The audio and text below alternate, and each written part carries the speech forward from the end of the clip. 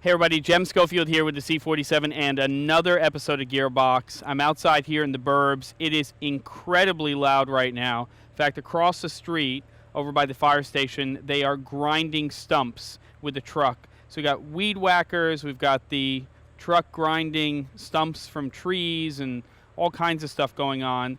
And of course, me being me, I decided today was the day I was going to show you this new mic that I have. Well, I'm showing it to you because I got it today. It is by Rode, and you probably know Rode because they're the company that makes the Rode Video Mic, which is probably the most popular on-camera microphone for DSLR cameras. I use it for reference audio. I have it right now on my 5D Mark II. Some people, especially if they're using wider lenses, will use it as a shotgun for running gun situations. But quite commonly it's used for reference audio recording to the camera on something like a 7D or a 5D Mark II, and then we're going to record our double system sound separately using something else. Now, I have this mic right now. It's called the HS1-B. It's their only headset mic. I have it attached right here to the EW100G2 transmitter from Sennheiser. Ooh, we're going to get a thunderstorm. And then the receiver is over there, and that's plugged into the H4n. So I'm going wireless now, and of course that's the advantage here, is that I can move around. I've got the camera stopped down to about an f14, so I have a little movement here that I can have as far as depth of field. I have a deeper depth of field. Wow, it's going to come down hard in a minute.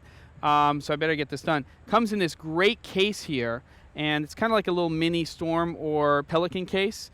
And inside of it you keep the headset itself and your accessories. And one of the important things that you need to remember when you get a mic like this is to get the right attachments for where you want to attach it.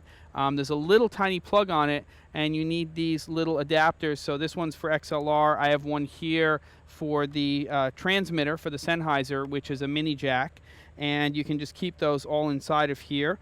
And then there's also, for those windy days, a little dead kitten here that you can put onto the microphone. So it's pretty low key. The reason I like these mics, though, if I have my choice and I have a good operator, I'll go with a boom, shotgun mic any day, is because it gives the client freedom, your talent freedom to move around. And in situations where you're doing instructional stuff, when you're doing health and fitness and exercise, music instruction, stuff like that, it's a lot better than the lav because it gets it away from the body. And I like to hide lavs. And if you have a client that moves around a lot or does a lot of physical movement, I think I just said the same thing twice, then you can hear a lot of rustling and a lot of noise. Also, if you don't have a good boom operator, then you can have problems with that. So something like this can come in handy. It's also a great screencasting microphone. So if you're sitting there and you're showing people and you're trying to give them instruction on a computer, you could plug this into something like the H4n, which can be used in the USB mode, and it becomes a great hands-free microphone where you're going to get consistent audio all the time because it's always the same distance away from your face.